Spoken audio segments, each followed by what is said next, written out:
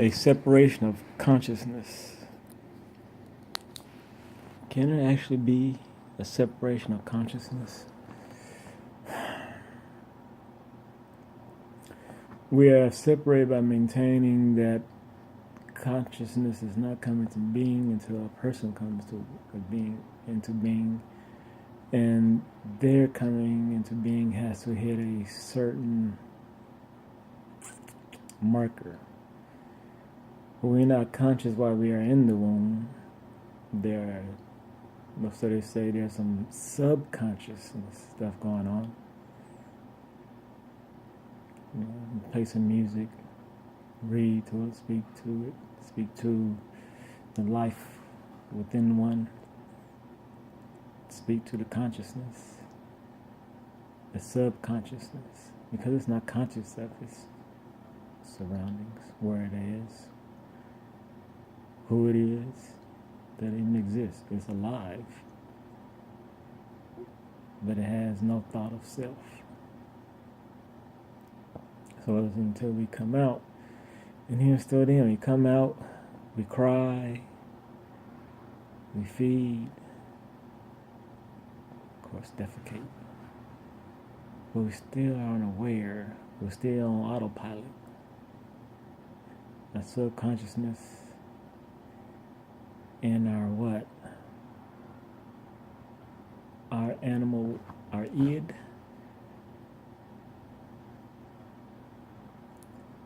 we are not in control of ourselves at infancy.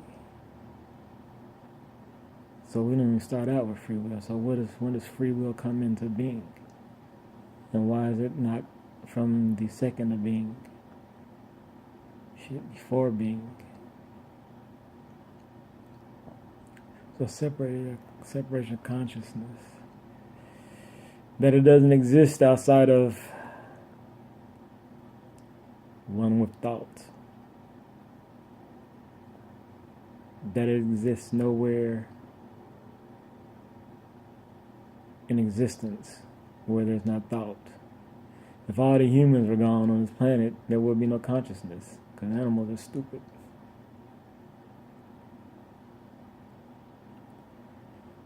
And it takes a human to create it. It takes a brain to create it. It takes a mind to create it, or tap into it, whatever it is. Blow a bubble in it.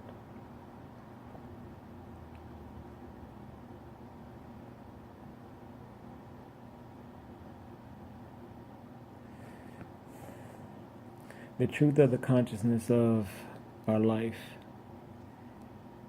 that which we are, we're ultimately aware of it in some sense. Not the best that could be achieved, but maybe that could be achieved by man in that state. And by that being is completeness right there, because there is receiving of the external, yet there is no receiver. Unless it is just like a mechanical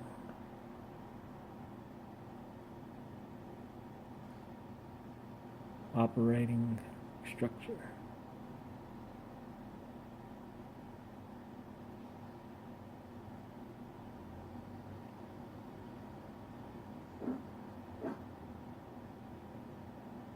Bite him in the ass.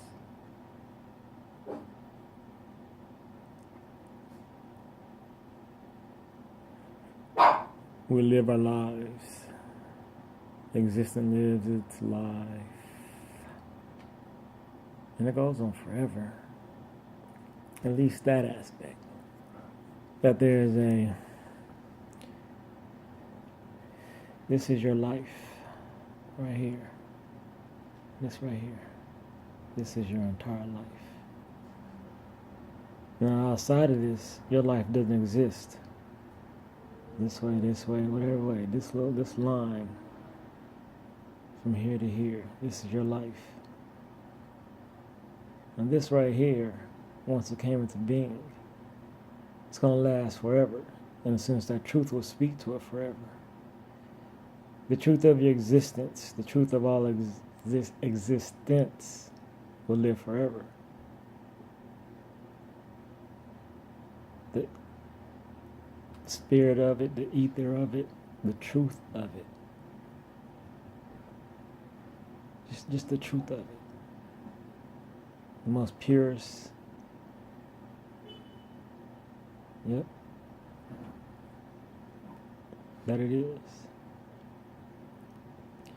So this just continues to be in this state of stillness, or you can say it's moving. It continues to be. It's just this little string of your life. Now, there of course are all these other strings, right? Of all these other people and beings. That which qualifies as have consciousness by way of our definition. And if we are in error about the true definition of what consciousness is, then even if it's not known, it still exists. So that. Save all these. Still again, you are saying that consciousness only exists within these strings. That these can be ripples in consciousness, or its material is made out of consciousness. That these strings couldn't be within something that allows them to be. And if it's that, then it's consciousness extends outside of these strings. That the string represents one specific ripple, vibration. So, yeah.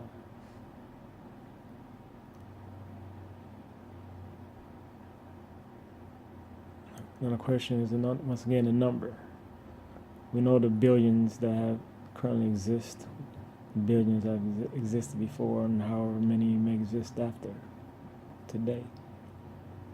But it's still a finite number.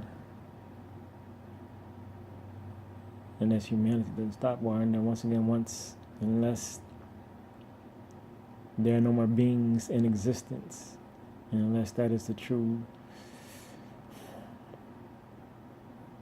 source of consciousness by way of beings, other than the being of truth.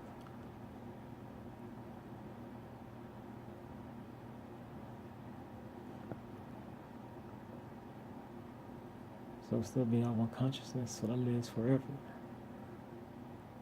And those can just, if those are created within consciousness, then if there is a specific number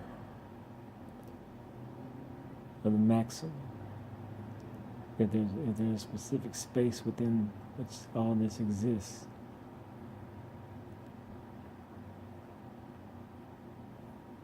specific size. We want to be beyond size and yet no size.